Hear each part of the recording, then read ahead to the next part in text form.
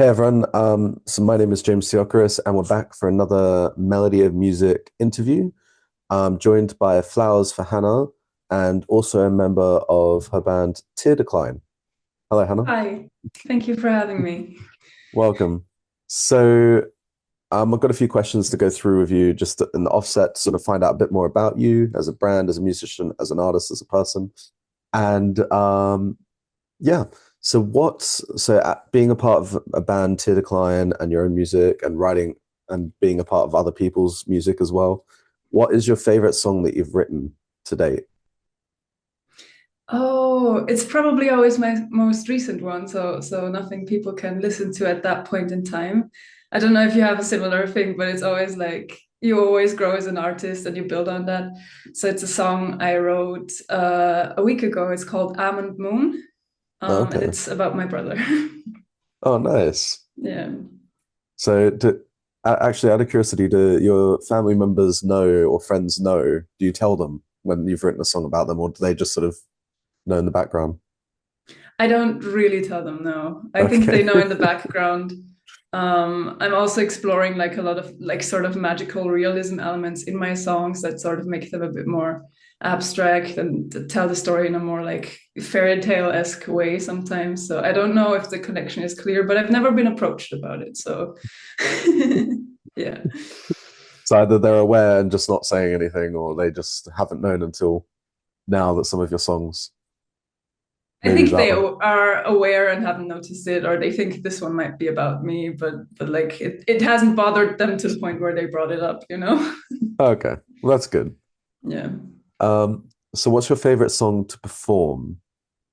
Because I know your bandmate in Tear Decline, I think it's Max? Yeah. Is it Maximilian is his full name, Maximilian? but Max is Yes. fine. Yeah. Okay. I didn't want to make sure I said the name wrong. So I know Max does, you do performances with Max as well, but maybe he's got a different idea, but unfortunately he's not with us today. Yeah. But what's your opinion? Right now it's probably one called Our Best Day.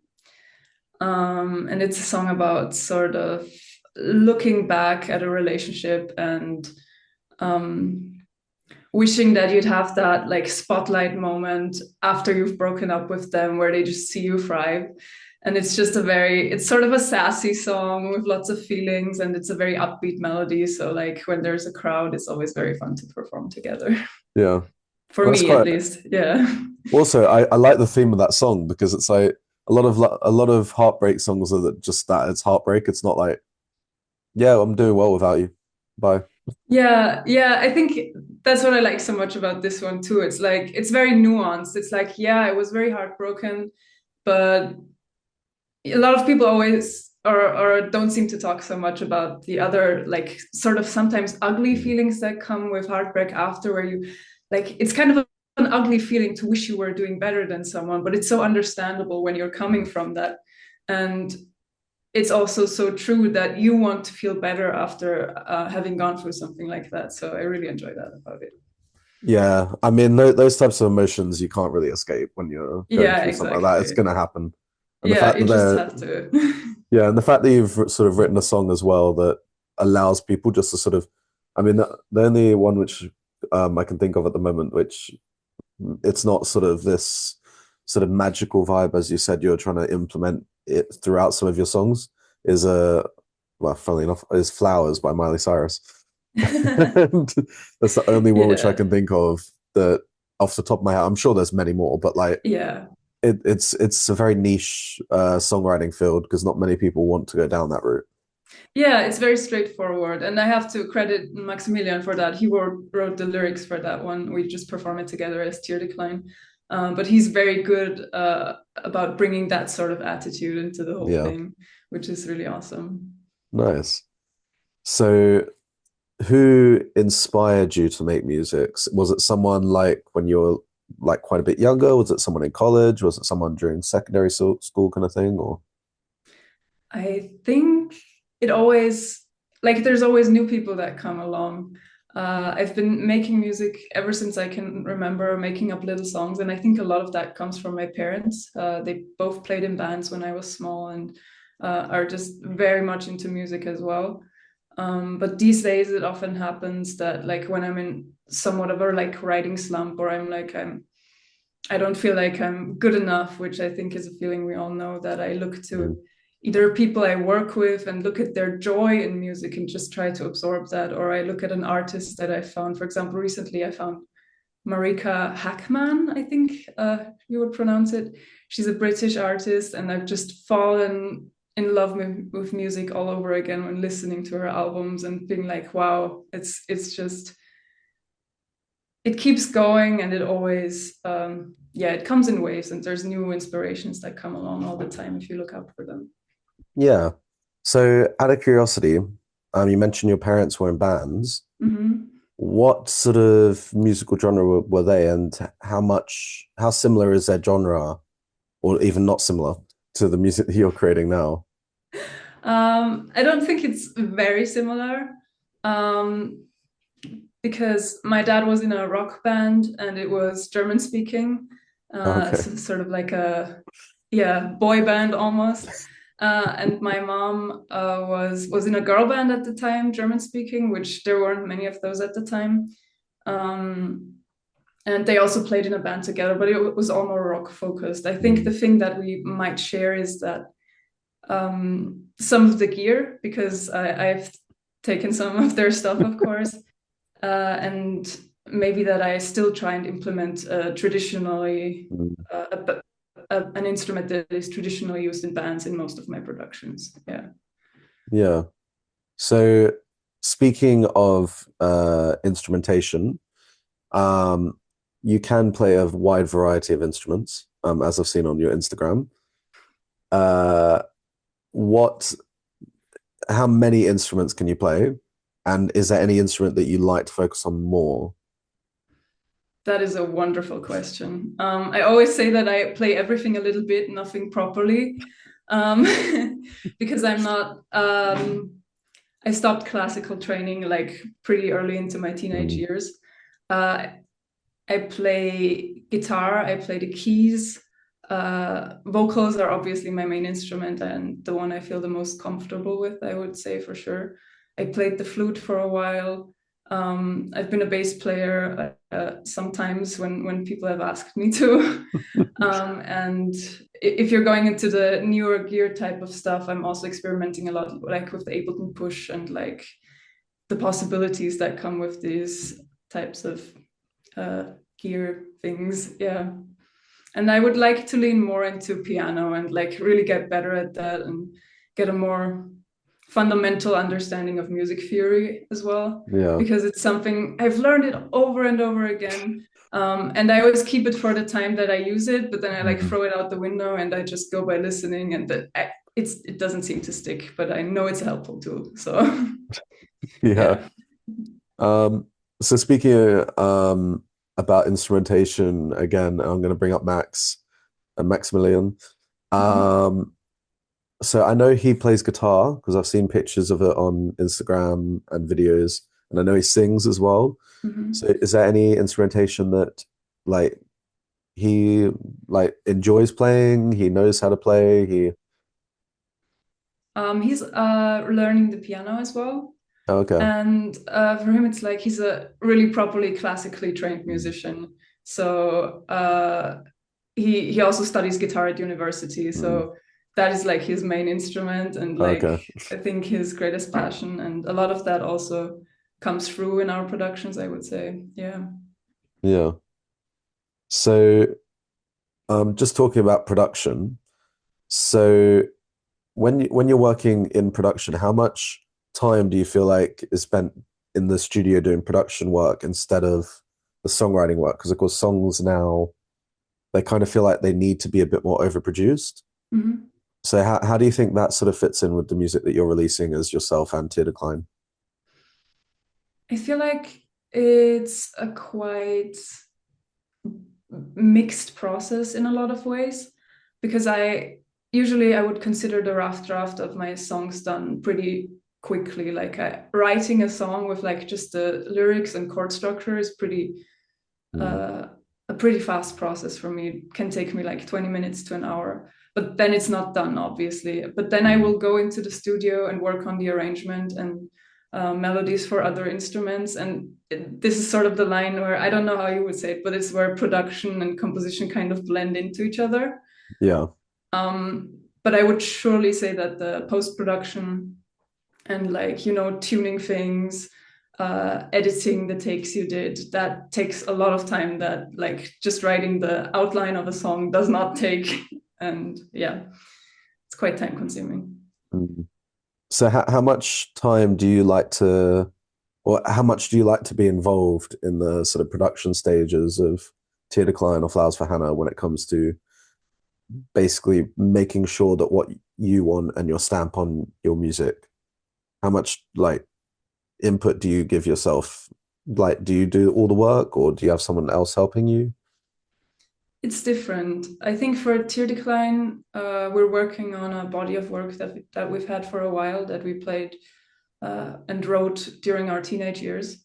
And since it's so personal and also in a lot of ways not as mature as our new stuff, I also take that as an opportunity to be really involved in the production and use it to learn and mix and master. So I'm really doing everything there in collaboration with Maximilian, Mm. obviously, because he's also very hands-on in the production. So we both sit there and then I do the post-production and mixing, and it's always a back and forth. And for Flowers for Hana, I would say I'm very hands-on in the production in the sense that I really control everything that goes into the song because I don't have to make compromises with anyone since it's a solo project. But I'm more open to collaboration in the sense that if I feel like I cannot do a certain thing, like with Mm. Tomfoolery, for example, I knew it needed these like super strong drums, and I'm just not a drummer. And so I asked someone to help me with that. And also with the mixing, these are the songs that I'm more happy to give away for someone else to mix and like sort of hear where their ears go with it. Um, and I think that will come with the newer Tier Decline stuff as well. But like with the older ones, it's very much in-house production, DIY stuff. Yeah. Yeah. So, as many of you might not know, so like in previous episodes when I had the interview with Matt Clark and Shifra Jacobs, and now of course Flowers for Hannah, um, Hannah and I and Shifra were all in the same cohort at doing a music production and sound engineering degree. Um, and so I'm wondering how much of that degree, like in the production standpoint, are you like not using, but how helpful has that been in order to promote and not well, not promote to make sure that the production standpoint and everything that you're doing on the in the producing stage is what you want? That is a great question. I think because for me, I started properly producing not even a year before I did the degree. Mm. So it was all very new to me still. And so I took a lot of the like technical aspects and just learning how to navigate a DAW is definitely something I learned there. And um, I think in that sense, it was sort of a speed run because the learning curve can be very steep in that sense if you're just self-taught. But yeah, there's like things you learn and then you use them for a while and then you exchange them for something that you learn later down the line. I felt Mm. like at that point I was still very much at the beginning of my learning process. And so I took a lot of things that were said and done and like not made the mistake, but I think you just take them for solid advice that will fit every piece of music. And that's just not always the case. Mm. And I've become more flexible with that. And I think one piece of advice that we've heard a lot though in that degree was if it sounds good, it probably is good. And that's the piece of advice that has stuck with me the most and has helped me the most because it also, it's so open and it invites you to experiment and just trust your ears and Mm. train them and work with this asset that you've got here. Yeah. Yeah. Because I think more than anything else, as an artist, you need to be able to appreciate your own music. I know a lot of the time that as singers, like as a singer yourself, there's probably an extent where you've written, you've recorded, and then you've had to then listen to your voice over and over and over and over again. Mm-hmm. And I want to know, is there any point in any of the songs which you've done which has then made you feel, oh my God, I have to listen to my voice again? Yeah, for sure. I think that was very bad at the beginning Yeah. of when I learned how to produce because it's a really unnatural setting. Like you Mm. listen to your voice being played back over and over again, which you usually wouldn't No. do, I would assume. Um, and I struggled with that for a while where I was like, oh man, I like to do these live performances, but really I'm an imposter because you get such an in-depth Mm, uh, sense of what you're doing wrong if you listen mm, to it all over again. But now I take it more as like a learning resource because I've really learned a lot from editing vocals, comping my own vocals, and knowing where my shortcomings are, and then actively improving them for the next thing I'm doing, even yeah. though it's not the greatest thing for my ego in the moment, but I know I can Mm, channel it and use it to get better. yeah. So actually, this is a chance. I wanted to ask, do you have any advice for new singers coming through? Because of course, as you mentioned, when you do, and I'm guilty of this all the time, um, I, I I am sure new singers would have this as well, where they record their vocals and then they realize, oh God, that did not sound good. Mm-hmm. Do you have any advice for like overcoming those moments? Yeah, for sure. I think questioning it helps a lot. Mm, Because I think it's always very easy to say, oh, blah, I hate this and I'm never going to sing again. But if there's something you dislike, like find out what it is. Is it mm, the pitch? Is it the tone of voice? I know that's not easy to do when you're distraught mm, initially, but I think you just have to keep pushing through that. And I think it's also fair to say if you want to be a singer but maybe not a producer, or a recording engineer, that you say, okay, I don't need to do this. Like you can look to other people, ask them their opinion yeah. because they hear less things than you tend to hear usually, and say, okay, if I want to record something, I'm going to get help from a professional, and they will listen at all my takes and do the dirty work sort of, and then you can be happy with your result and not have to Mm, think about that if you don't want to. But personally, I really enjoy pushing through that and being like, okay, is it that I hate my singing, or is it a specific thing that I can actually work on? yeah. So I think that's the same thing with singing, instrument playing, songwriting, production. It's kind of like it's a trial and error situation, I think, Definitely. where that you're gonna fall and it's like you do need to just remember it will get better. Yeah. And I mean, I'm sure I know for a fact that I've mentioned his name too many times in these podcasts, but I'm going to mention Ed Sheeran again. Mhm. Um, and the fact that like years ago now, he was on a talk show and he played his singing and his song that he released ages ago, and it had the biggest voice crack in it. Mhm. Um, but as he said, he kept going and going and going, busking, recording, blah, blah, blah. And now he's like where he is. And Yeah. um, I know people still hate him and judge him for no reason. Um, they may just not like the genre and everything else, which is fine.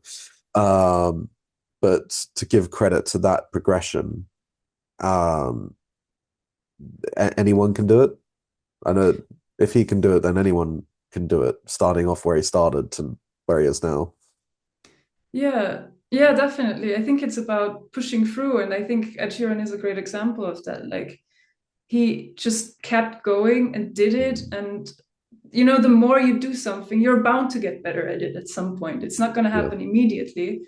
But most artists, if you look at their progression over like a course of 10 years, 20 years, if they have that much discography, it usually gets better or they get more skilled at some things. And that's just something to appreciate, I think. And the important thing is to not forget your joy for music in the journey, because I Yeah. don't think the goal from the beginning should be I'm going to be the best singer or best Mm. performing artist in the world. It should be the joy for what you're doing. Mm. Yeah, because that's why all musicians start. It's not to get famous and rich, and Yeah. I mean, those things would be nice when they happen. It's just the fact that it's something which we all can feel passionate about and enjoy doing, and it gets us out of our own heads as musicians. Um, Exactly. so speaking of other artists, um, I've asked this question. It's more of a general one. If you wanted to re-record any song as a cover, what would you Mhm. release?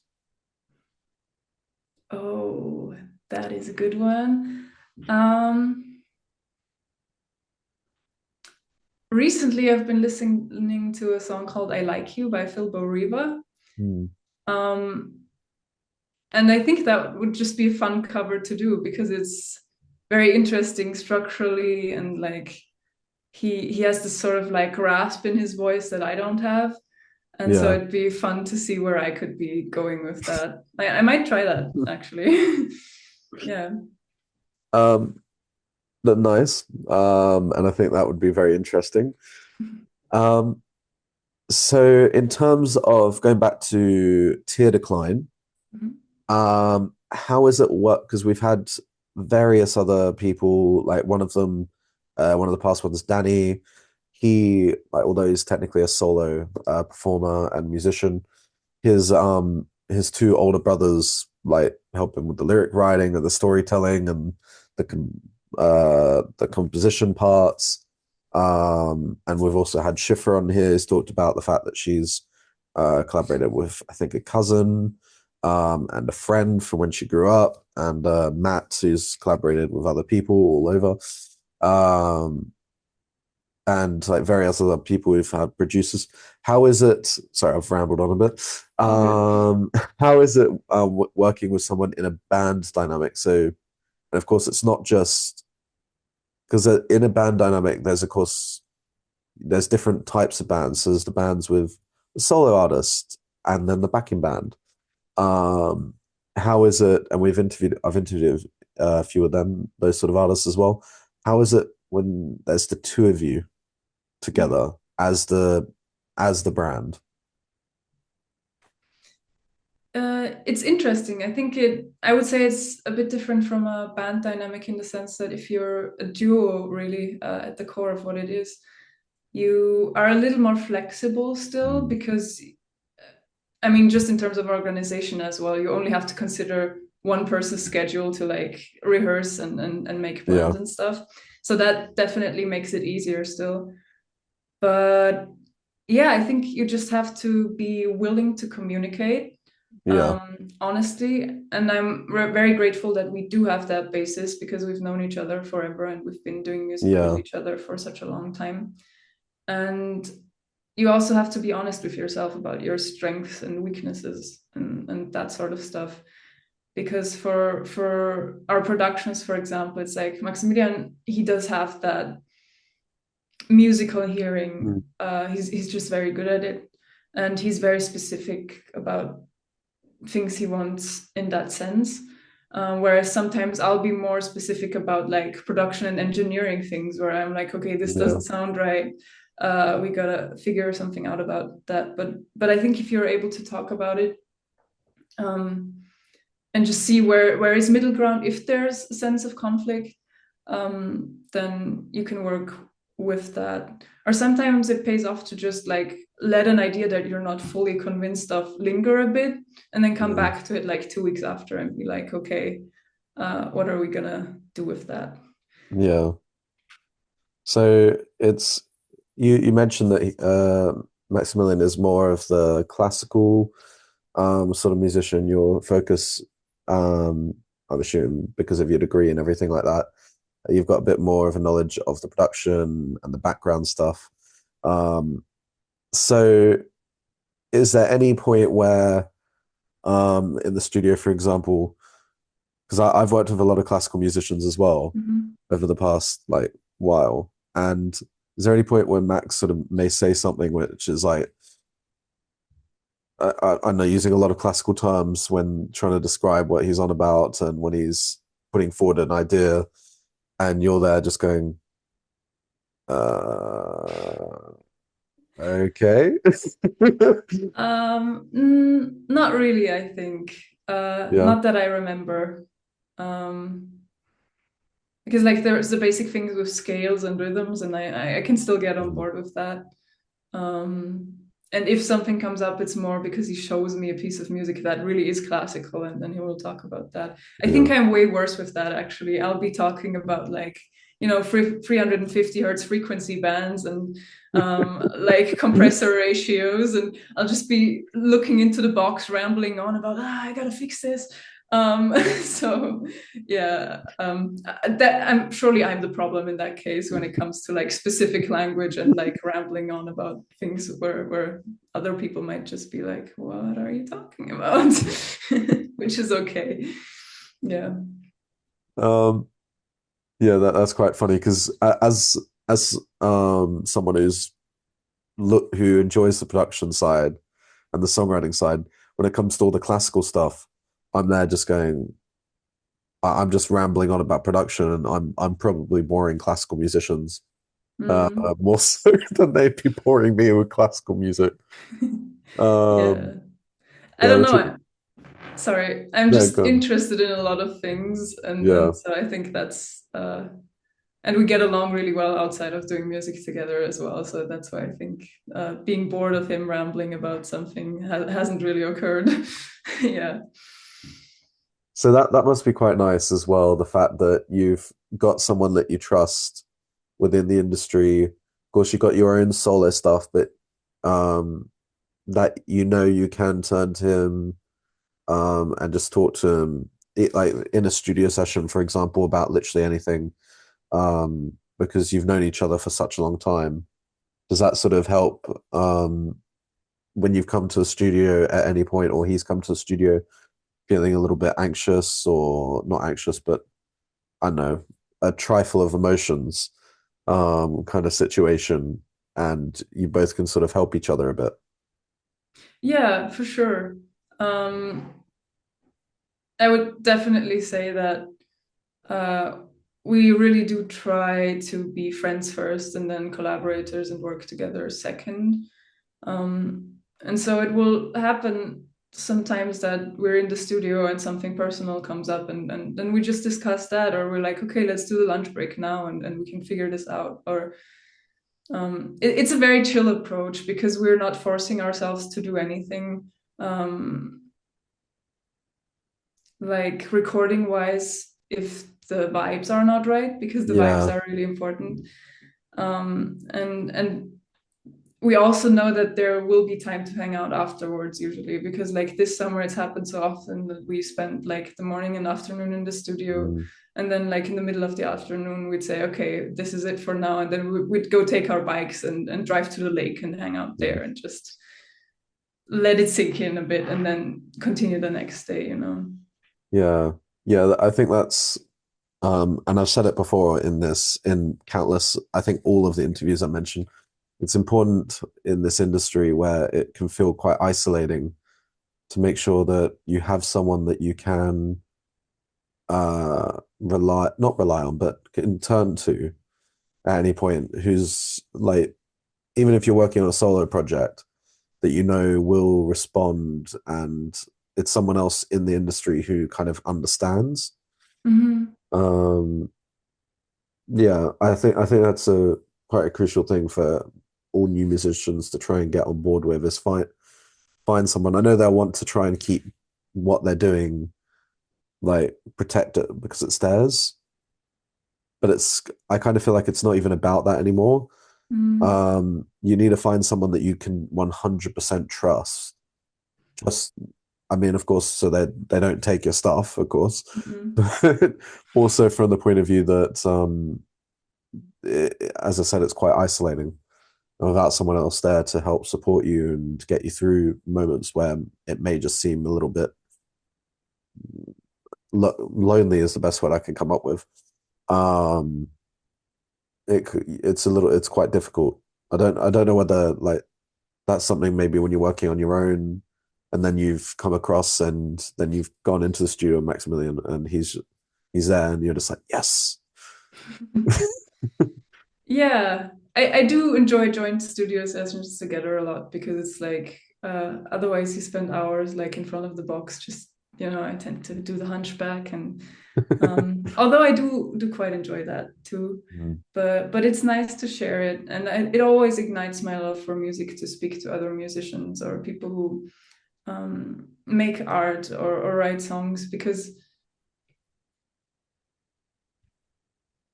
I don't know, you could call it networking, but I just really enjoy finding my crowd and people I like. Like I'm not gonna bother networking with someone who could help me if if I don't get along with them or feel Mm. like if the feeling is off. But I think building a nice crowd around yourself of people who you think just do really cool work that inspires you and who you can just nerd out about music with, that's just the best thing, really, and Yeah. really helpful too. Like if you just know they're in your, they have your back, Mm. they're gonna bring you up in rooms of opportunity. They're gonna ask you for things. It's really awesome. Yeah. Um, so based on all of that and the fact that you work in the industry in Austria, Mhm. um, what how because I've never been to Austria. I'm Mhm. hoping to plan a trip there soon. Yes. Um, so what's the music scene like in Austria? It depends on the local area of where you're in, I would say for sure. Mm. Um, like, of course, there's a larger part of the mainstream music industry that's more located in around like Vienna and Graz, probably. Mm.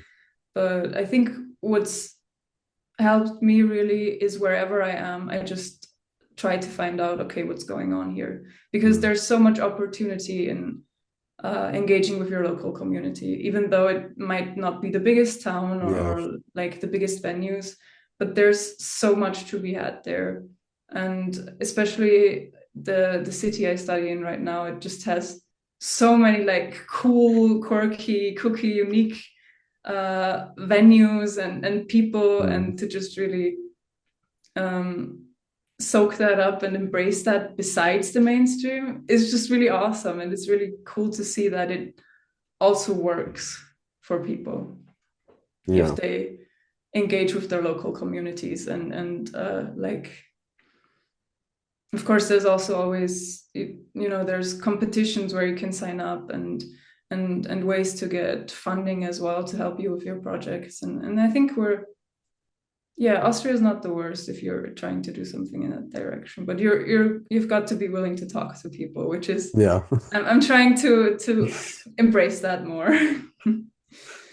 Yeah, I think with music, you just need to a lot of musicians are very, not insecure, but very shy human yeah, beings, which is why we do it through music and we express ourselves through music because we can just get up on stage there with a guitar, piano, or your laptop and DJing and singing, and then we can yeah, just get down and run away.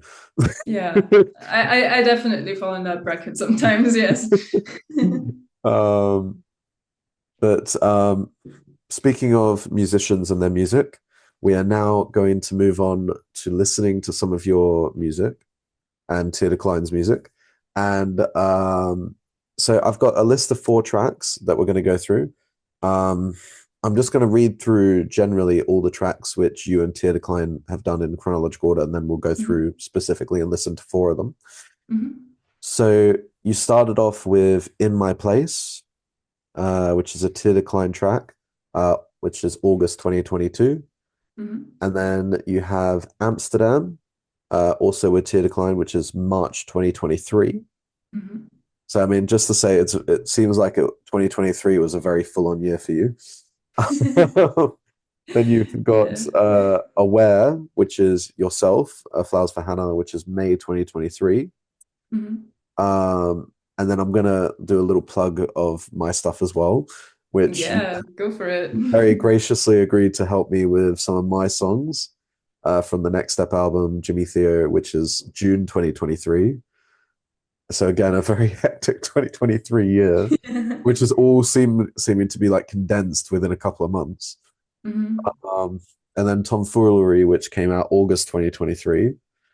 And then hopefully I'm saying this right, Alicia, Alessia, yeah. which is Tear Decline, which is June 2024. So, Hmm. so we're gonna have a listen to two tracks from Tear Decline, two tracks from Flowers for Hannah, and we're gonna start off with In My Place. So this is Yeah. August 2023. Oh God, August 2022. Yeah.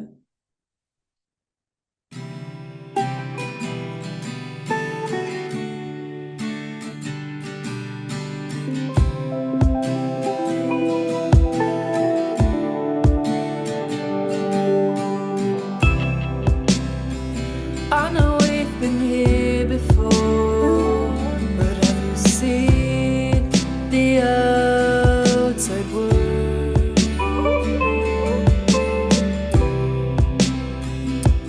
Don't mind me, will you? I'm trying to find you, but I'm insecure.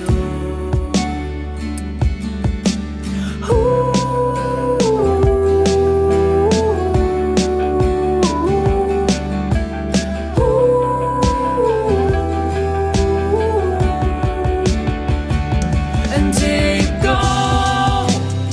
I've been searching everywhere, and I'm not gonna stop. Help me to calm my mind here. I know that I messed up, and you got a tidy well, but you're in my place. You don't you know where you belong, but that can change. I don't know better, but I think like this will fail. Spiraling in circles when you come around and leave without a trail.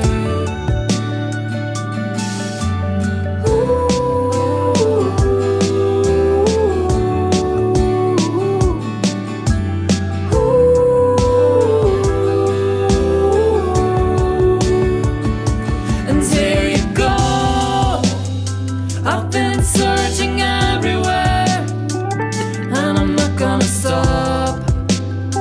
Help me to calm my mind here. I know that I messed up. Hey, you could have tidy well, but you're in my place. You don't you know where you belong, but that can change. You need someone to help you grow. I think I am too slow. You need someone to help you grow. I think I am too slow. You need someone to help you grow. I think I am too slow. I think I am too slow. And here you go. I've been searching everywhere, and I'm not gonna stop. Help me to calm my mind here. I know that I messed up, and you could have tidy well, but you're in my place. You don't you know where you belong, but that can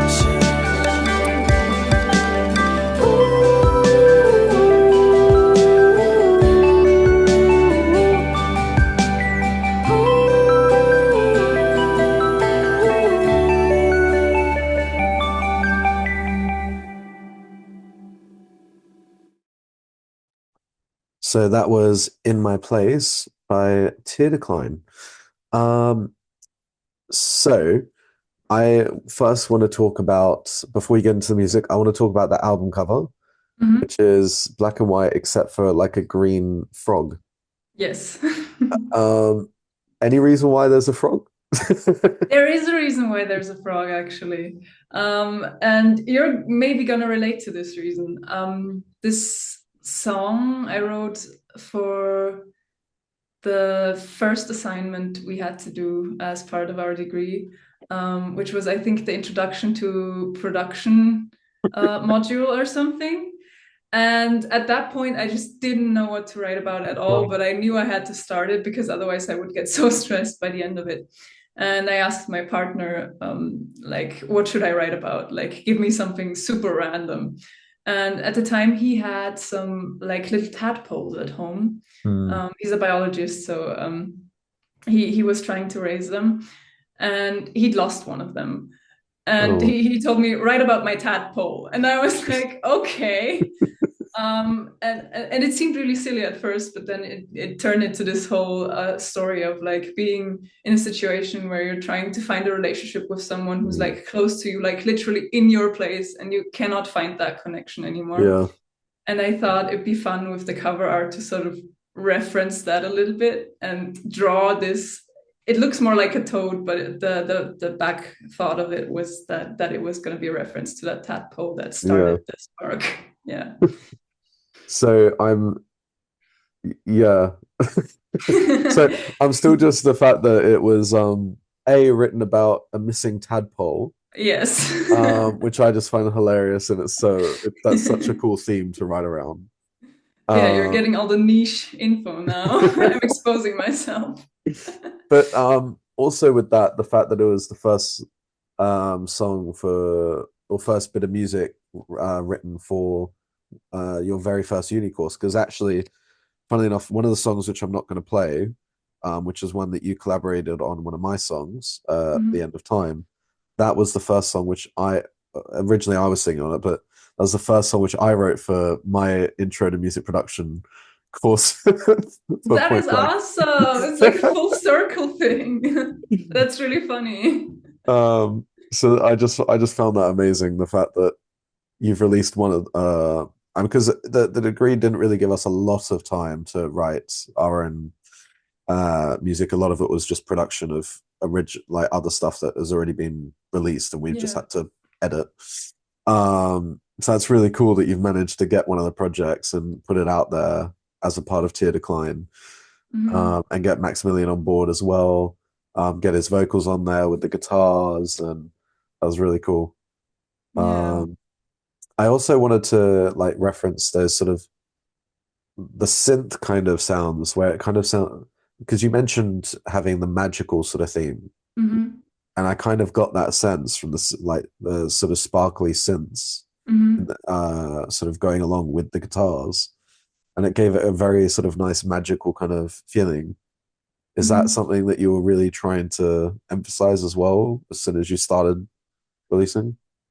At that point, not yet, no. Okay. I think subconsciously I was probably drawn to those sounds already, but it had really been my first experience where I was like, you know, properly being taught while also discovering all these synth sounds and the opportunities of what you can do with them. And I was just Yeah. throwing them at the song, really. And then, like, later on, my lecturer had like encouraged me to keep working on it, like after the trimester was over. And then later, when working on it with Maximilian, we decided for those that would stick. And I think it was more of a subconscious thing for sure that those stayed in there. But I see what you're hearing there. I hear it too, Yeah. and it's really interesting how there's like those this invisible strings like throughout things that you might not notice yourself in the moment. Yeah, it's a happy sort of accident that it's happened because it sort of fit well with Yeah, your brand, which is really cool. definitely. Um, It was, I think, because it was the first song that I'd properly produced myself, and then I showed it to Maximilian and asked him if he could like do the guitars on it. That was the first time we realized what we could bring to the songs we've been singing live for years if we sat down and did a production. And so that was why that was the first one he came on board with, and the first one we finished actually. Yeah. yeah, because also that song in general. I mean, when I first saw the album cover, I was very like, I sort of looked at it, I was like, okay, there's a frog, Mhm. and it's called In My Place. I mean, having said that, I've seen weirder album covers than that. Yeah. But I then played it for the first time back in 2022 when it was released, and I was just like, oh my God, I really like this song because Thank it's you. just something, it's easy listening. you're not having to really dig too deep into it, and it's not all on the surface, of course, because the instrumentation gives it depth, and your vocals and Max's vocals gives it depth, and yeah, it's something which you can listen to and you can vibe to and you can put it on and calm down. Yeah, It's so yeah. nice. Thank you. Um, so I think we can uh move to Flowers for Hannah Mhm. temporarily, and we're skipping forward to 2023. Yes, that's 2023. Time travel. And and it's Aware by Flowers for Hannah.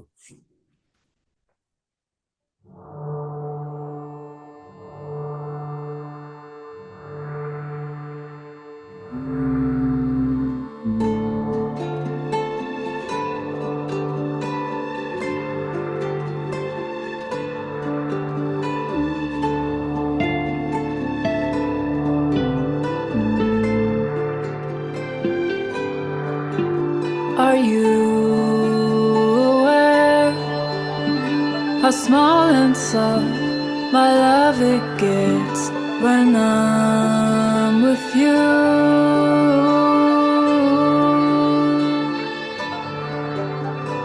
So compressed, all in one place. It's what you do, and it is good.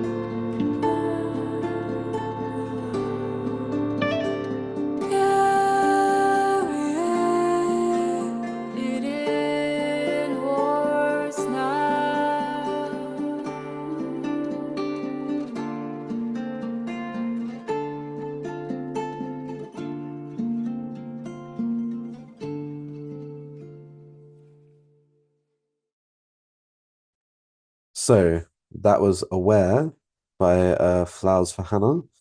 Um, so I'm just looking at I'm going to reference the album cover again Mhm. because it's kind of got it's got you, but it's got all these um sort of lines surrounding it. And what what was the inspiration for the album cover to start off with?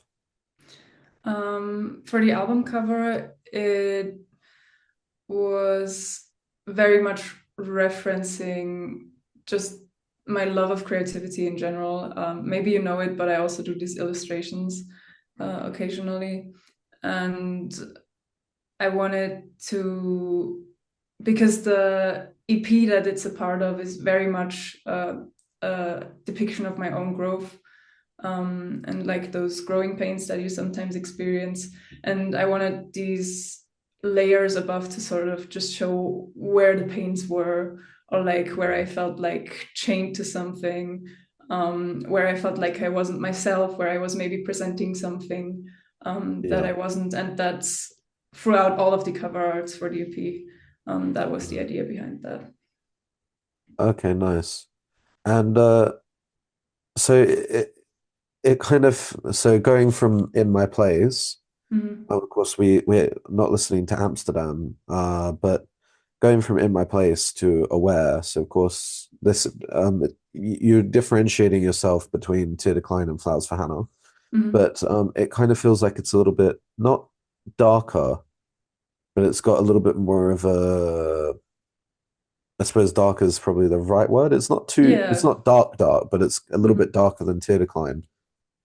Is that was that intentional to try and go a little bit more in that direction than like magical and almost fairy tale like in the sound to go from Yeah. that to that? Yeah, for sure.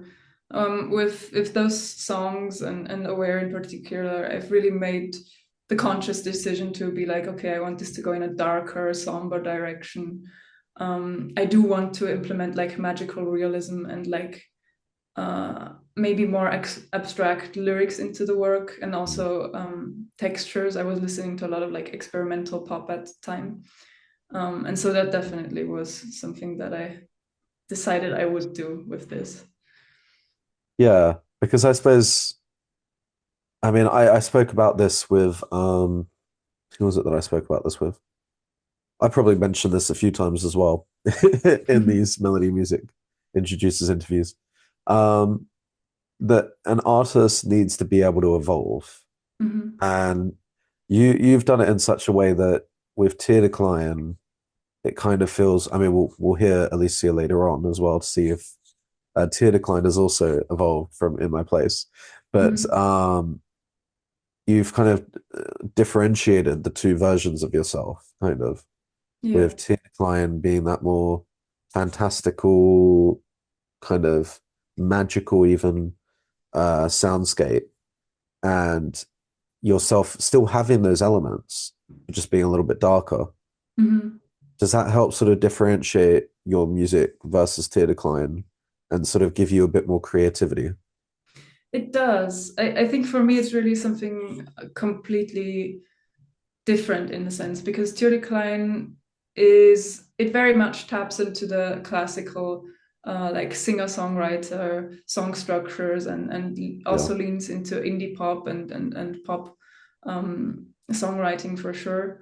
And with Flowers for Hana, I just kind of wanted to be like, okay, and now what do I do if I don't use these things? Or yeah, what could I do if I'm just not pressuring myself into these patterns and yeah, ideas of what sounds good for a production? yeah.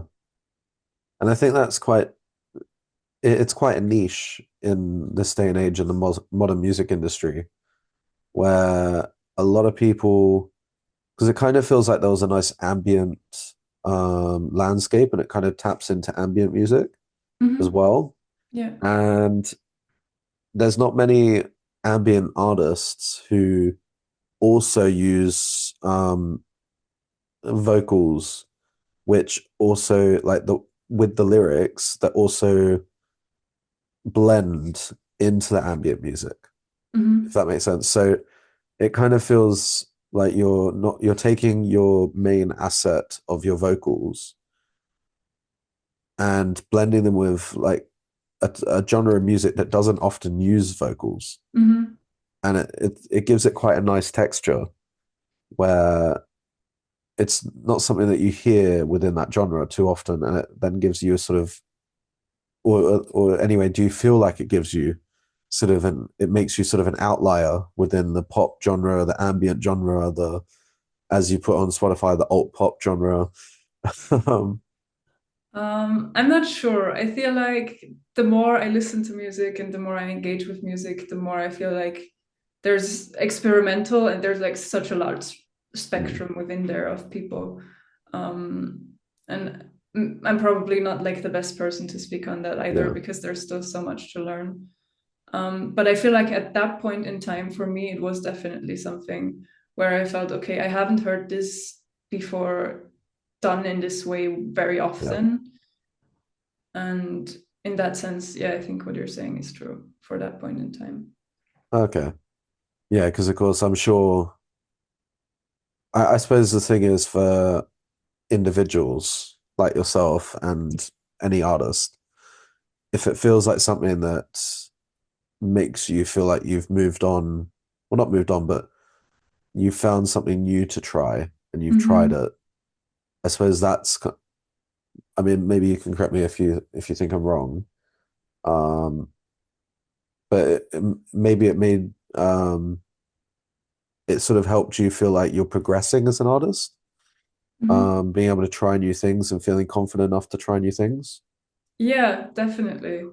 I think that was huge with this like little collection of songs I wrote there because I went into it really just being like, okay, I wrote them and let's see what happens. And then I just ended up with soundscapes. And also, I remember being so proud of this mix. It was like mixing was always something that I struggled with. And it was the first time where I felt like, okay, I was able to translate what I was imagining Yes. fully into the composition and arrangement and the mix and the production. And that was just so satisfying. Yeah. Yeah, because I mean, for anyone who is out there who hasn't tried mixing and even mastering to an extent, Mm. um, it is the most time-consuming, most tedious, and most frustrating element of production. Um, It can be for a very long time. It was for me for a very, very long time. But now I actually I do look forward to my mixing sessions. Can you imagine? oh my God. Yeah. Even after the degree. Yeah, I do. It happened after the degree though. Maybe it was that, you know. See, I I still needed some hire someone. distance. Yeah. See, I still hire someone to do it for me. I like All of this. that's fair. Yeah, I like the songwriting stage too much. Yeah, I get that. Um, so we're now going to listen to the second Flowers for Hannah track, which is released in August 2023. So this is a year after In My Place. And this is Tomfoolery.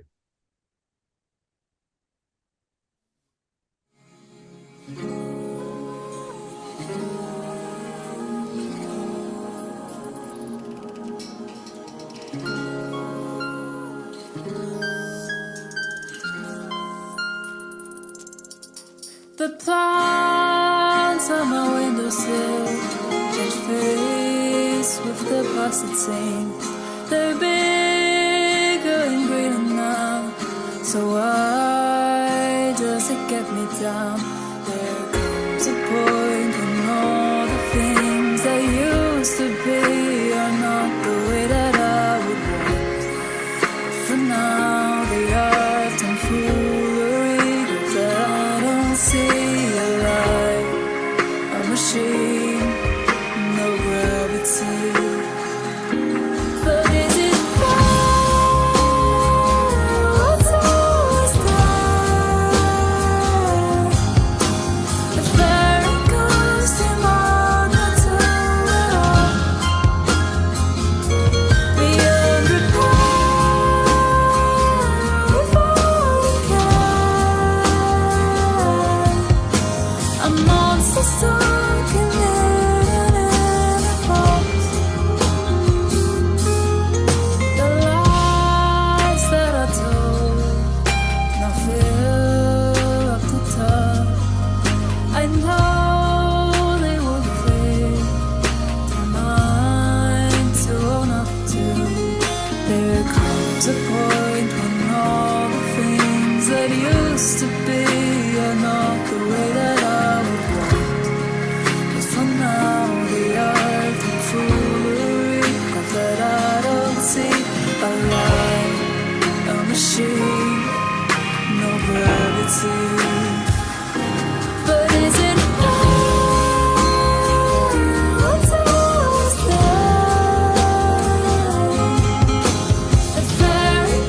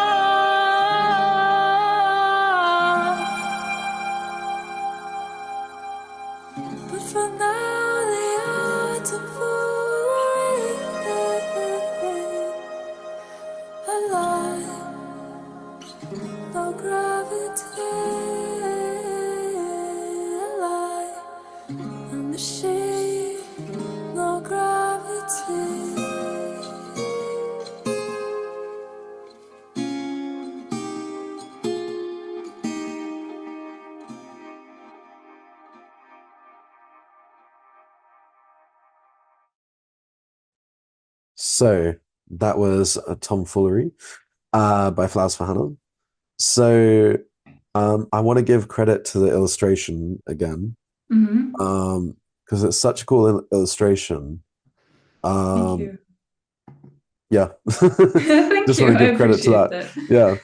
Yeah. So definitely go because I think you've also I think am I right in saying that you also have like illustrations that you've done on your Instagram and stuff like that? Separate. Yeah, I always participate in the Inktober challenge. I can't Yeah. seem to stop for some reason. So everyone should definitely go check out Flowers for Hannah Instagram because of those Thank you. illustrations. Like they are really cool. Thank you. Um, 'Cause- yeah, I'm just gonna give you a shout out as well because we did a project, like a group project, during university where we had to do like this whole promotion drive for a single as if we were, I think, as if we were a record label or something. Yeah. And like you created this sort of amazing bit of like illustration for I can't even The remember merch. the merch, yeah, but I can't Yeah. remember the name of the of the Sl Sleep Goblin Records it was, that's it. and That's it. yeah. Yeah. Um yeah. Something about what was it? Like arteries or something. I can't remember. Choking of the pulmonary veins, That's it. yeah. That's Yeah. it. By You got a Count of better Clocks. you got better memory than I do. But yeah, like you came up with this amazing illustration. And then I remember I was in a Zoom call with Joe, who we did the degree with, and he was just like, sorry, this is a massive tangent, but That's like okay. he and I were just sort of there in the Zoom call, just going, oh my God, this is like, how has Hannah come up with this? This is amazing. And so Thank definitely go you. check out Hannah's Instagram with the illustrations because it's amazing. Like I'm constantly like, because I think what makes me more upset is that I can't draw to save my life.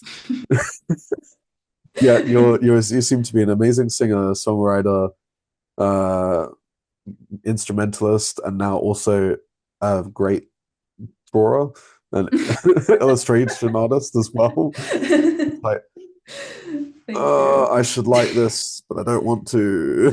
So definitely go check out Hannah's stuff because it's amazing. Thank you. Um, but to go back to the music, um, so I see that on the credits, Maximilian's also in the song, Mhm. and someone called Raphael. Raphael Auer, yeah. Yeah, so I know who Max is. Who's Yeah. Raph? Raphael is the drummer. He did the drums Okay, for me on that song. So I sent him the draft I'd had with my MIDI drum kit and said, like I don't know nearly as much about drums as you do. He's like a jazz drummer and he's just absolutely fantastic. You can take this and do whatever you want with it. And after a while he sent me back this like full drum recording with like some suggested effects on the snare and stuff, and it was just gorgeous. Like it was really nice. And yeah, that's why yeah, he's a credit on that song. oh, amazing. And Max, he did the guitars in the song? Yeah, it's like he plays. My guitar playing is okay, but it's not close to his, and that's where this thing comes in that I talked about before. That with Flowers for Hannah, I'm just really willing to ask people who are better than me at something Yeah, to help me with something. And so I again sent him the demo of what I'd played, and I was like, "Hey, can we record this together? And maybe you can also play in some little guitar ad libs." And that was the result of that. yeah. I mean, it's funny when you mention again about knowing when you kind of just you want someone else who like knows their stuff to do that specific Mhm. segment. Um, which there's nothing wrong with that. As a musician, we all have our No. strengths and weaknesses, and we need to be aware that we can't do everything. I mean, Yeah, we can, but oftentimes if we want to get someone something perfect, we're not always the best ones to get it done. yeah, you cannot Um, be able to do everything, and if you have the opportunity, why not reach out to people, you know? yeah. I mean, I worked with this. So again, I'm going to reference my own music. I'm sorry for everyone for continually No, doing do this, it. Go ahead. but I worked in the same album that you were on. I worked on a song called Art Nerd. And I had Matt's help with the melody and lyrics, but for the actual song itself, I recorded the acoustic guitar, and I really wanted a guitar solo, but I'm terrible at guitar. So I got in touch with Gabo from Mhm. Argentina. I found him on Fiverr, but then we've been talking ever since about like just generally things. And he he recorded the guitar solo. Then he sent me a message like and sort of said, "Well, you do realize the acoustic guitars are completely out of time."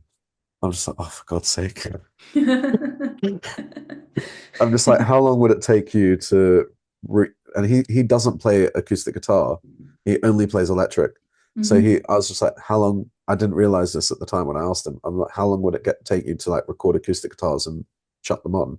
He's like, well, that's going to be an issue because I don't play acoustic guitar. But Mhm. um he put he put nylon strings, which don't usually go on electric guitars. On like he restringed this guitar Uh-huh. purposefully for this to make the guitar sound more acoustic through the electric. That is so interesting to know, though. That is so cool. And but I think that's the thing is like I never would have A thought of that, B realized that the guitars were out of time Mhm. without hit like I can play guitar, but I'm not no professional guitarist. Mhm. And the fact that it took me reaching out to someone else, e- even just like I wasn't even asking him to like look at anything else. It was just playing the guitar solo. Mhm. And he because he's such an amazing person and human being, and most musicians are, they will often go above and beyond because they just want music that they play on and music they listen to and just generally any bit of music just to be the best it can be. Yeah. And it is such a lovely thing that I mean, not all musicians are like that, of course. There are the odd one or two, but in the industry, most of the time you just need to open up and talk to people, Yeah. and they will want to support you as much as possible. Which like it seems like you had this with I'm gonna say his name wrong, and it's Raphael. Raphael, Yeah. um, and of course Maximilian, Mhm. and of course you work with Max on Tear Decline, but as well working with I mean a jazz drummer. That's really cool. Like Yeah, I I've mean, never met a jazz drummer that like I always wanted to meet a jazz drummer because they just seem like the yeah. chillest people. Yeah, no, he's very cool and like very busy because good drummers are always very sought after. Yeah. But actually, the background from that is also in Tear Decline because sometimes we would play live shows with him when we Okay. needed a drummer and we were like connected through our music school back then, and so that's why I knew he would be a great person to ask for this. Yeah. Yeah. Well, that's so cool. And I mean, it's always going to be that the people that you know you can reach out to about help with music are always the ones that go way back and are also musicians. Mm, Those are always the people which you can turn to and just sort of say, I've got an issue. I need help. yeah. Because just before we move on to Lucia, I want to give you a shout out. Because my I'm gonna reference again on my own, which you Hmm. sung on. I had the backing track, had the lyrics, but had no melody for it. Hmm. I had sent you the track just to get me like a demo vocal, and I was then going to send it to another singer who, for whatever reason, I never heard back from. Hmm. And then I sent you a message going, "How quickly can you record vocals?" And you were just Yeah. like, give me a bit of time." But like to your credit, like they sound amazing on the finalized track, and I'm so glad you did it. But it was just Thank like you. it's just knowing the fact that you can turn to people that Yeah. you know really well, and yeah, I mean, I'm not gonna lie, you saved that album, its release date, and everything about it, because No, otherwise, it's your album. Yeah, but without your vocals, that song would never come to, and I would have had to delay the release. I So really enjoyed doing those vocals though. I remember like I was in the same room as I am now and I was just recording them. And at first I didn't know what to do. And then suddenly I was like, wow, wait, this is epic. I'm really happy about this. Yeah. yeah. So yeah, I wanted to just say that because we're moving past 2023 now. So I wanted to say that before we moved past 2023. We're now going on to 2024. And for the last tier decline song, Alicia, which is June 2024. So we'll have a listen to this and then we'll jump back into talking about it again. Awesome.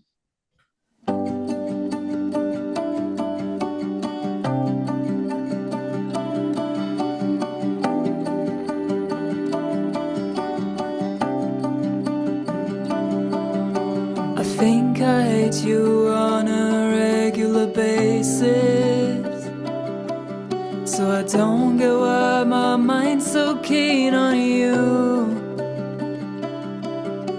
I get that you were nice and I accept this, but I do not wanna be foolish about you. It'd be so much easier to block you out, but right now I need my friends. So just leave me alone, you'll get over it. I don't think that that's mean, I need to get away from you. If you knew what I feel, you would say the same thing too. So just leave me alone and I'll be fine. You always played the happy one that I adored, but history shows that there's much more to it. I know that you keep quiet about your deepest core, but I'm happy you stopped telling me this shit. It'd be so much easier to block you out. Right now I need my friends. So just leave me alone, you'll get over it. I don't think that that's me, I need to get away from you. If you knew what I feel, you would say the same thing too. So just leave me alone and I'll be fine. We're gonna be fine. We're gonna be fine. We're gonna be fine. We're gonna be fine. We're gonna be fine.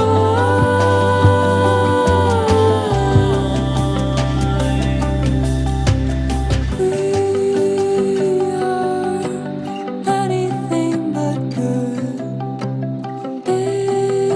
enough. Story showed us proof. Should stop standing on the roof. The stars are gone and we should go home.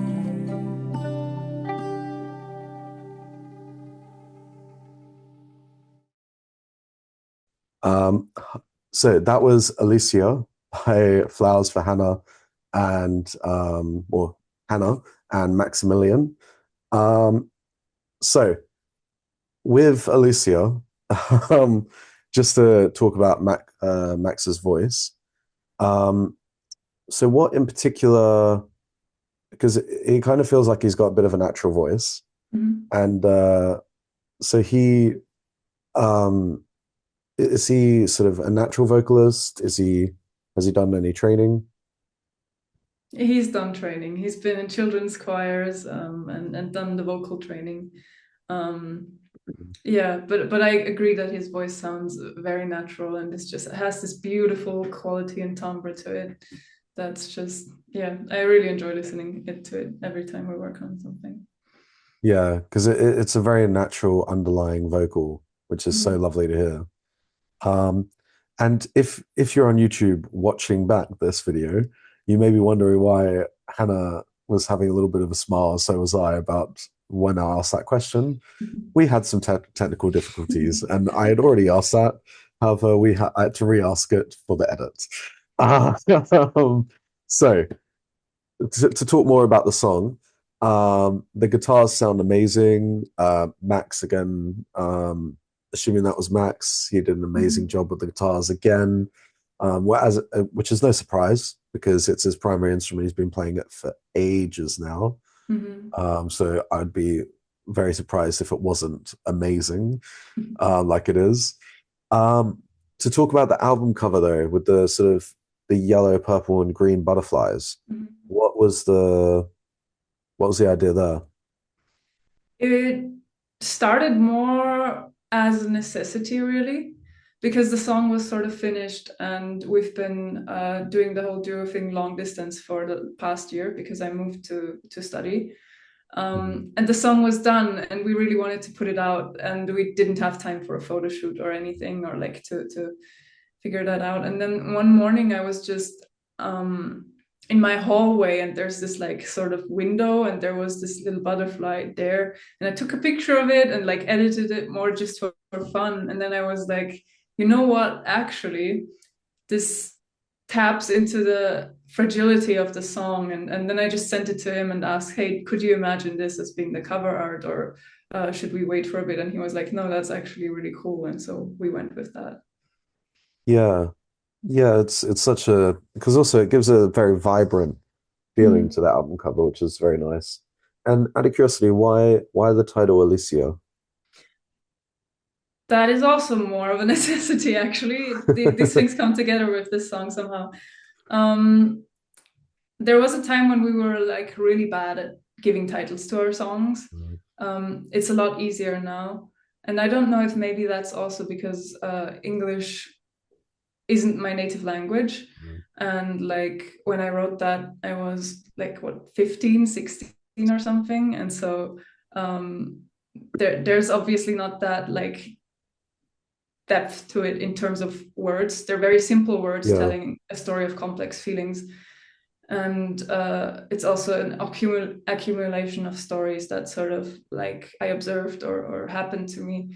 And then I was just like, you know what if this was about this fictional person yeah, that sort of collects all these accumulated experiences, and is just representative of that for me. mm, And I just like the name, like Alessia. It just sounds really nice for me. Yeah. yeah, yeah.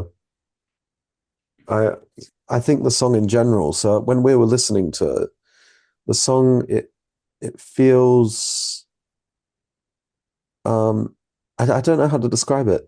It I suppose the only word which I can think of is the word that we used earlier, which is magical. Mm. It I don't know what it is, but I mean I'm assuming it's the same in Amsterdam. Mm. Um, your song Amsterdam, but whenever you and Max seem to write, it comes up with this. And as you said, it's probably because you've been writing together for quite a while now.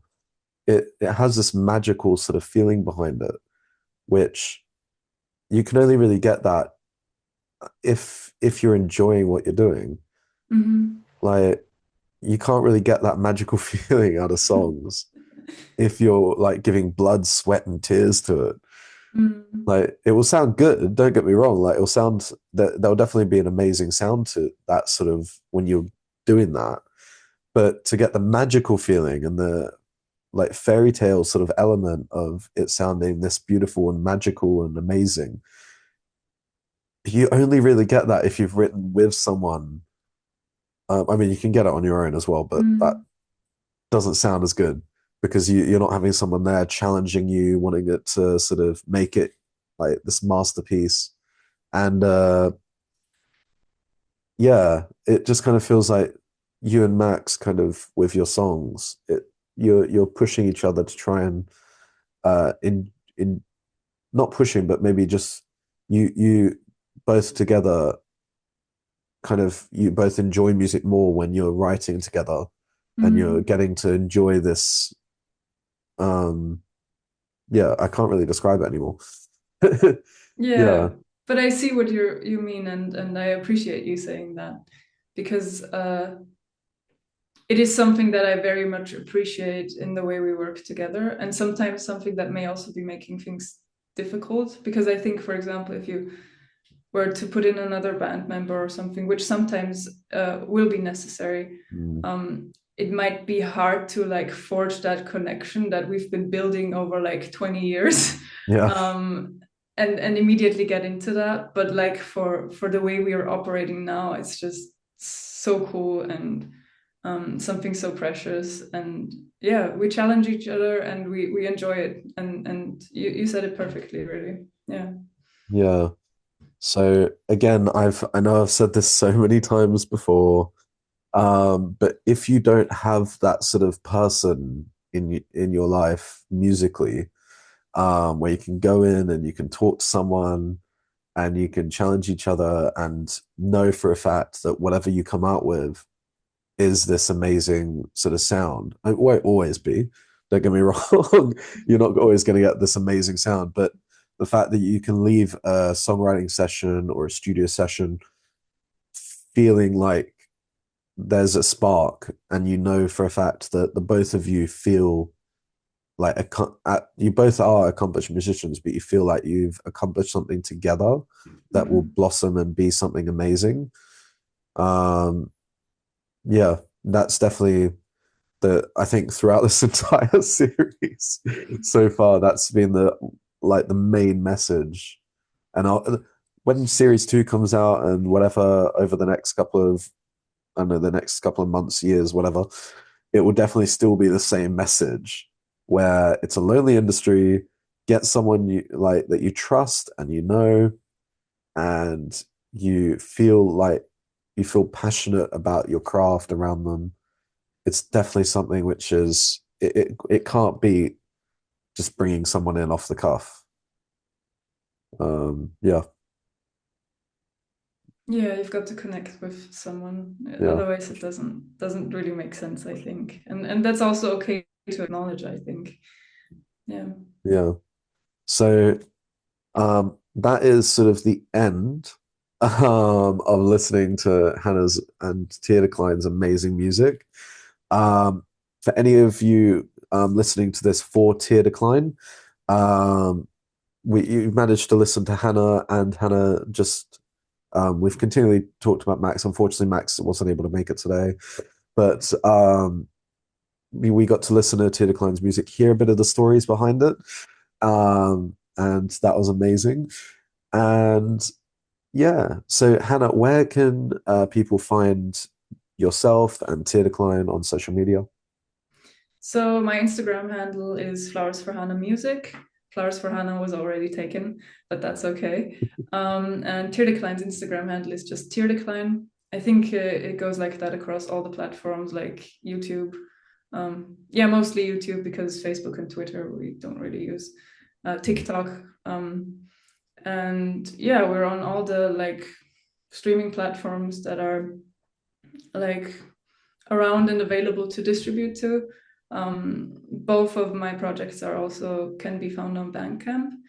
And yeah, if you're in Austria, you might even see us play at some point. We usually update about like bigger gigs on our social media. Yeah.